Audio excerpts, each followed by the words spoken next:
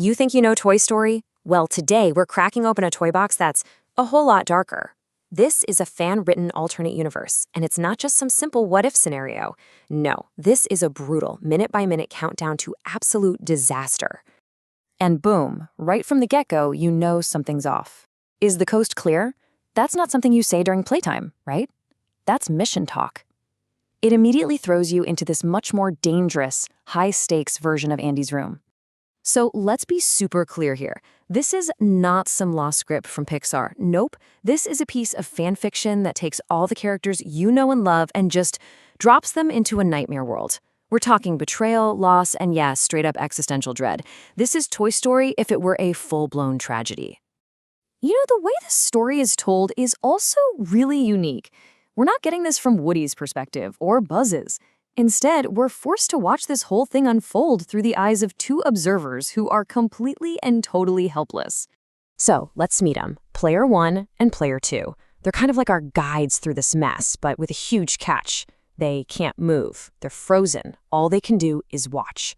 Player 1, he's the serious one, the monitor, just giving us the cold, hard facts. But Player 2, he's the color commentator, cracking these sarcastic 16-bit video game jokes, probably to keep from losing his mind. It's like having a Greek chorus, you know? They're commenting on a tragedy they can't stop. And their whole back and forth, that's how we're supposed to process what's happening. Okay, so here is the absolute core of this whole thing. The one rule that can't be broken. The thing that makes this story just so incredibly tense. It all comes down to a ticking clock. 4:15 p.m. That's the magic number. That's the all clear. Until that precise second, every single toy is frozen solid. I mean, they are literally statues. They can't move, they can't help, they can't do anything, no matter what they're watching happen. That deadline, it's everything. And what makes that rule so absolutely terrifying is who is actually in the room with them. See, it's not just Andy playing nicely. Oh no, the room is basically a minefield. You've got Sid, the toy torturer himself. You've got Molly, Bonnie, Mason with his battle sores, Hannah, even Jesse's original owner, Emily. The room is a total powder keg just waiting to explode. And our heroes? They're paralyzed. So the stage is set, right? The clock is ticking down, and now the main event begins. But it doesn't start with some big explosion. It starts with something much quieter and honestly way more heartbreaking. A simple act of being ignored. And Player 2 just nails it. He says that's a called move from Andy. And it is. Andy, the kid who loved Woody more than anything, just ignores him. He picks up Mr. and Mrs. Potato Head instead. And right there, with that one little moment, the first domino tips over. And this is where the timeline just gets absolutely brutal. Look at this. With 3 hours and 44 minutes still on the clock, Woody gets left on the shelf. Just 6 minutes pass, and he falls out the window. 2 minutes after that, Stinky Pete and Lotso, the villains, show up for revenge. A single minute later, his arm is ripped off. Another minute, his hat is gone. And then, only 3 minutes after that, his voice box is broken and he's been tossed into a recycling bin. Do you see what I'm saying? It's 13 minutes. That's all it takes for Woody to go from being the favorite toy to literal broken trash, and his friends have to watch every second of it completely frozen. And then the story throws in these moments of just pure, dark comedy. Like, Woody's hat doesn't just blow away into the yard, no. The wind picks it up and carries it all the way across the world where it lands in Pyongyang, North Korea. I mean, come on. It's such a bizarre and kind of grimly funny detail, but it really hammers home how out of control this whole situation has become. So the physical part happens fast, right? But the story is far from over. The final moments are what really seal Woody's fate, and they do it in a way that's permanent and deep, and it all happens long before that 4:15 p.m. deadline even gets close. Think about it. When Woody's voice box gets crushed, it's not just a broken part. It's like his whole identity is erased. That classic reach for the sky, it's gone.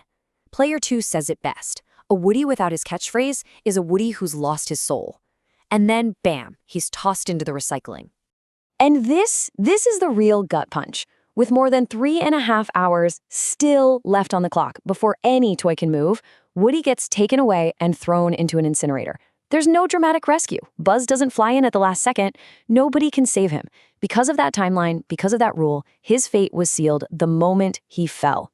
So the story ends on this really metaphorical but super chilling note. Woody's journey ends in what the author just calls toy hell, an eternal punishment. It's a wild finale that takes the physical destruction of a toy and turns it into this dark, dark fable about a hero who has truly fallen. Okay, so after all that, you kind of have to ask why, right? Why would someone create something so dark? Well, the author, who uses the name Walter R., actually gives us some answers about the purpose behind it all. So let's start with the big one, the thing that kicks this whole tragedy off.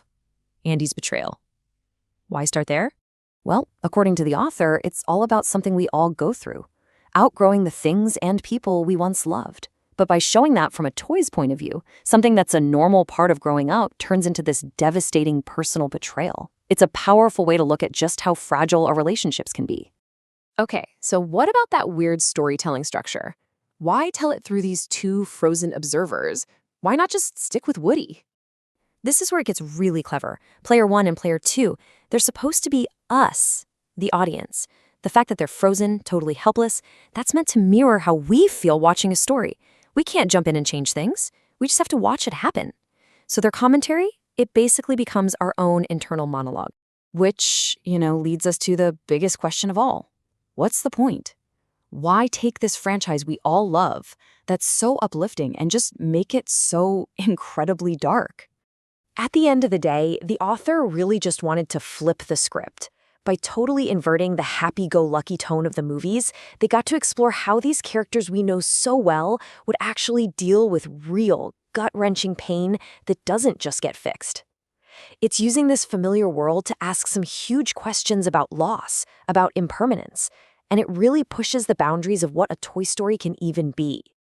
And the author leaves us with this one last, really powerful thought. Woody's downfall isn't just sad, it's a commentary on entropy. That law of the universe that says everything, even the things we love and cherish the most, will eventually, inevitably break down and fade away. Heavy stuff.